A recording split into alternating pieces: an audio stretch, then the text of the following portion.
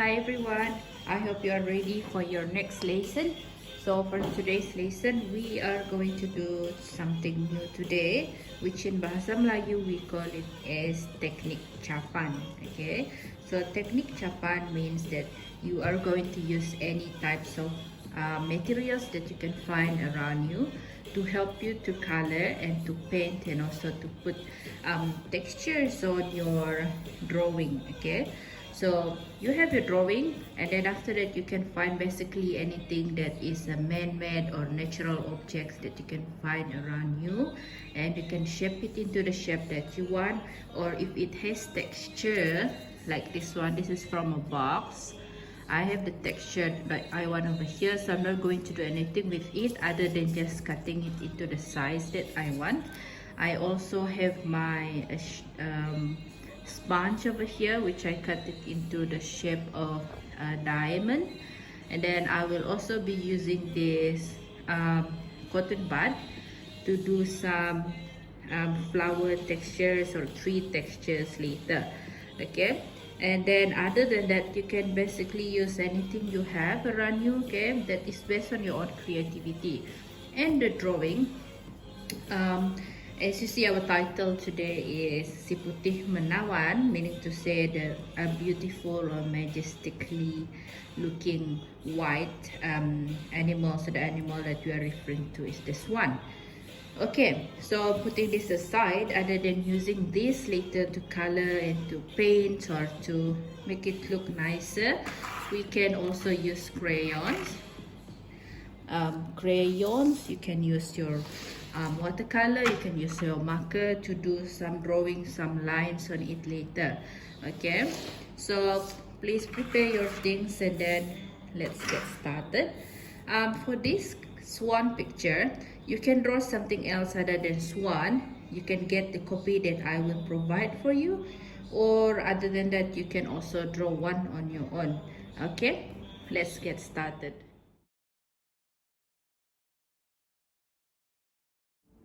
Now that I have prepared all of my colors, then now I'm going to start with painting the background first, which is the water or the lake. I'm going to use this texture for the water because it looks like the wave and ripple texture. And then I'm also going to use this cotton buds, this bunch of cotton buds, to create mountains and also flower texture later, as well as this one to create some maybe the texture of the ground over here, as well as this part, which is the clouds. Okay, so let's start with this one first. Let's see if it can fit. Otherwise, I'm just going to cut it a bit smaller because I have a small area to work with today. So I'm going to cut them into half, and then this is what I'm going to do. I'm going to take my my brush. Just be careful with your wet materials. Then I'm going to brush it over, brush it on my box, and after that I'm going to stamp it onto this part over here to create the texture. Okay, there you go. Then you can repeat the same pattern until you are done. If the color is getting lighter, then you can just repaint on it again. Then repeat the same process, stamping process. Just follow any of the empty areas over here. Okay.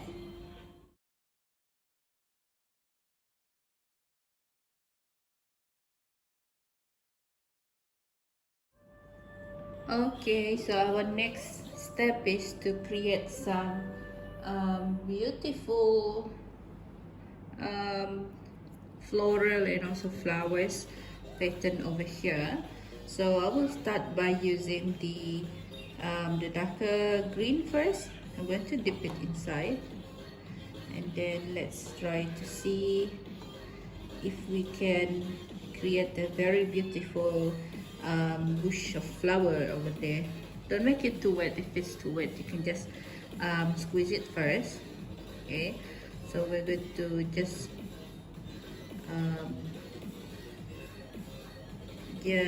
stamp onto the paper.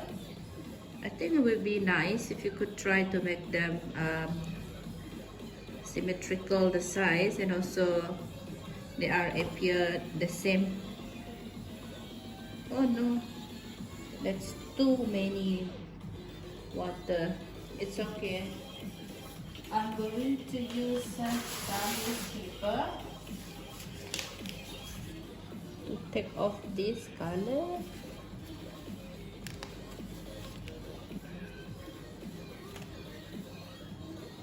Let's start again. Okay.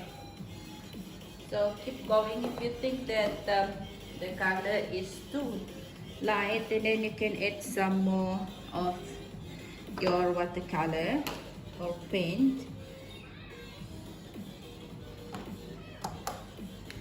Just make sure it's not too wet.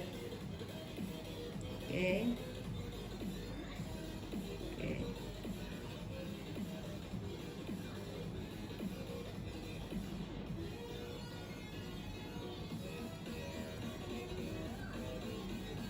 Okay. Now I wanted to make the color to gradually turn to lighter green on top. So I'm going to use the other side, the clean side over here, to and dip it into the green color. And then I will do the same stamping technique again. Okay, so we are trying to use some value elements over here. There you go. Okay, now let it dry first. Now we're going to move to the area over here, which is our sky. You could try to use different materials if you have any different materials you have at home. Otherwise, you can just use whatever you have and be creative with it. Now I'm going to put a little darker color for my sky, darker blue. I'm just going to dab this sponge onto the paper to create a beautiful texture over here. Okay.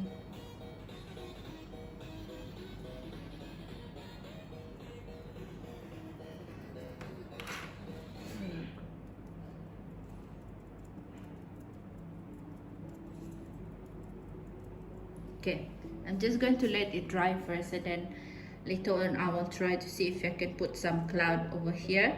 Now we're going to move to the next one, which is this part, the ground area, which you can use green color.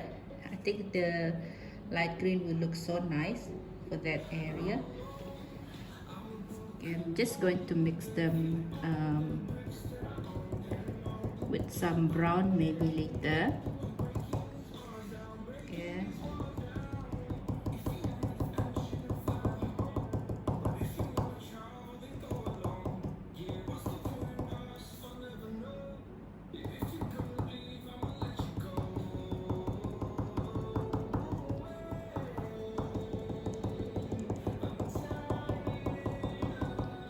There you go.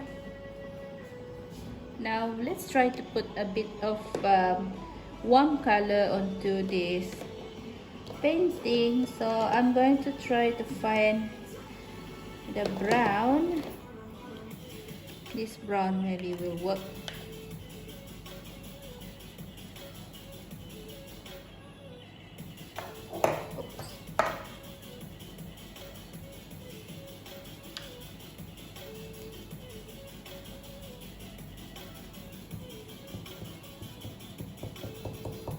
Just fill in the white space.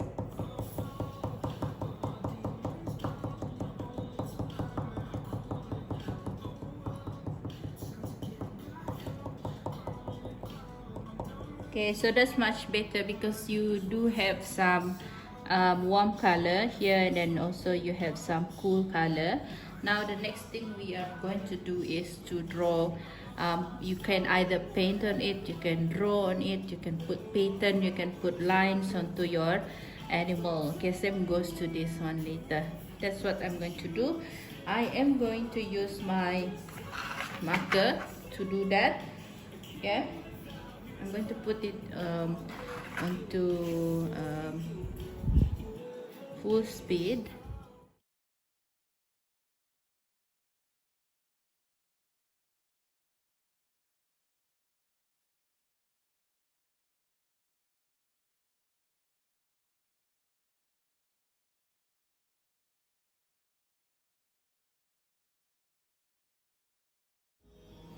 Okay, class, so that's the end for today's lesson.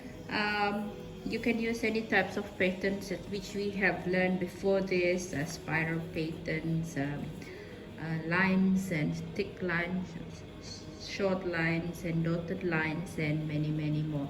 Okay, you can start now.